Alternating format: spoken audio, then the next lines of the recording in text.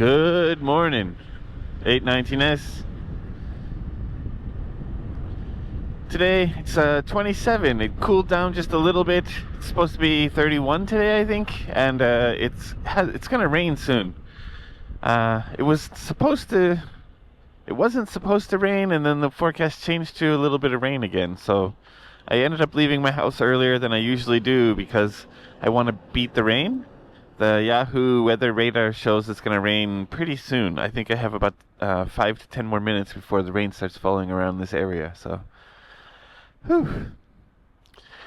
As a result, I didn't have a chance to plan anything. I have a few topics I wanted to talk about, but I didn't have time to flesh them out really. So, just a quick update as far as the weekend expectation is concerned. I talked about it in the past. July 5th, there was a woman who had so I said prediction at work, and one of my coworkers was like, no. She did an interview. She said it was not a prediction. It was just a vision. It's something she saw in her dreams. So, okay, if that's the distinction we're going to make, I guess that's fine, that's fair. So she had a vision that on July 5th of 2025 there's going to be a huge disaster in Asia, not specifically Japan, but it will have a tsunami that's 3 times the size of the Fukushima earthquake, the March 11th 2011 earthquake.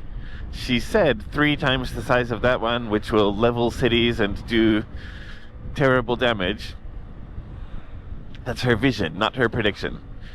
And on the 21st of June, earthquake swarm started in Kyushu. It's a little bit north of where her prediction is. So there were a few hundred earthquakes in a few days, and it continued. It started to slow down, and I thought that was a really good thing. I thought, okay, this is just the fault line blowing off steam, and then nothing else is going to happen. But after that update, the earthquakes picked up again, not only with frequency, but also intensity. And this morning there was, I'm not sure the magnitude, because I may have talked about this in the past. For most people in Japan, magnitude is not something that they're really concerned about. Shindo is usually more important. The difference is magnitude is the whole earthquake's intensity, and Shindo is one specific point. So in Machida, where I live, it could be Shindo 1, but in Atsugi it might be Shindo 3, and then in Yamanashi it could be Shindo 4, something like that. So the higher the number, the worse the shaking, the stronger the shaking. It goes from 1 to 7, but there are 2 strange things. 5 is not 5 by itself. 5 is 5 low and 5 high. 6 is also 6 low and 6 high. So it goes 1, 2, 3, 4. 5 low, 5 high. 6 low, 6 high, 7. And I think there were 2 earthquakes in the last 3 days that were both 5 low in Kyushu, in the specific Tokara Islands. Again, not a seismologist.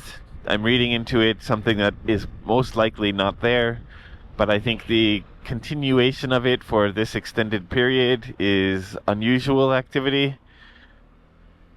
And considering the woman's vision that there would be a big earthquake on the 5th,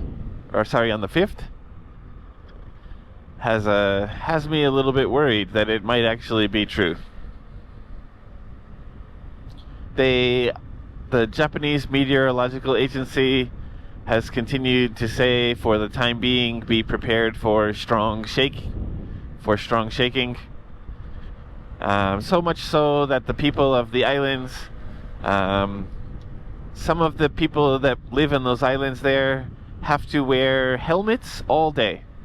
The students that go to elementary school, junior high school there, they're wearing evacuation or emergency helmets for the entirety of the school day, just to be safe. And that place is also interesting. Again, this one shouldn't have any real meaning. Let me preface it by saying we have places in the United States with strange names, like Death Valley, California.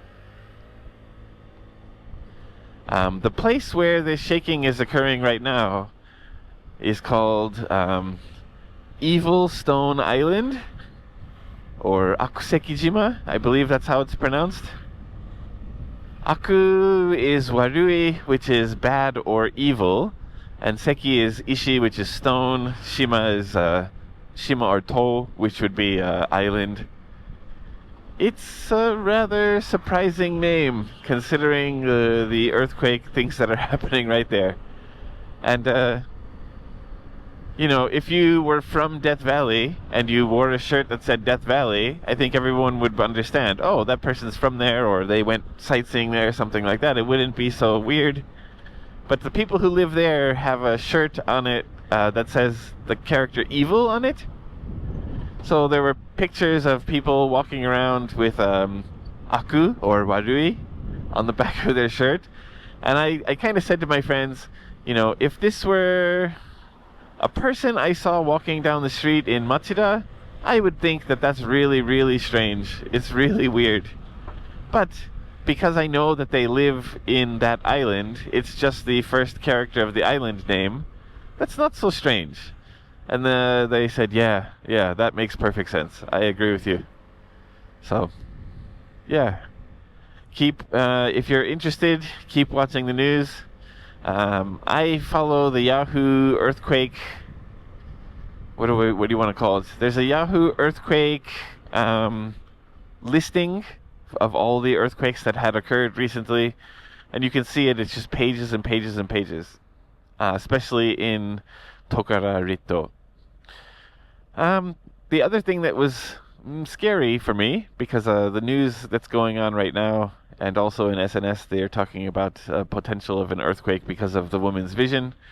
There was a news article that talked, that talked about the Noto Peninsula, which is Ishikawa Prefecture. If people don't know, there was an earthquake there, 2024, January 1st. It was a really, really devastating earthquake, especially for New Year's holiday. And the news recently said that there is the likelihood of a stronger earthquake there again. And there's also, it said 80% chance of a strong earthquake in Hokkaido also. The 80% chance was in a separate paragraph, but I think that the 80% chance is connected to a 30-year time frame. So, it looks like earthquake activity is on the rise here in Japan, at least temporarily, at least in the news. So, it's not a doom and gloom story, it's not a run for the hills, the sky is falling kind of story. It is a reminder that this is a country that frequently has earthquakes and sometimes has devastating ones. So, if you're here in Japan, make sure you have your preparations ready. I think that life gets really tough for people in really hard-hit areas. The amount of food and water that's available is pretty limited, so if you can stock up on something for yourself, that's good. Making sure you have access to toilet, to heat and light, that means candles, batteries to recharge your smartphone and make sure they're fully charged, gasoline in your vehicle, things like that can go a long way, definitely. But don't panic shop, don't try to be a prepper and stock up on months and months worth of stuff, but just make sure you have something rather than nothing. Yeah. Alright, that's longer than I expected it to be, but yeah. Stay safe out there, definitely. If you can go for a ride, ride safe. I'll see you all in the next one.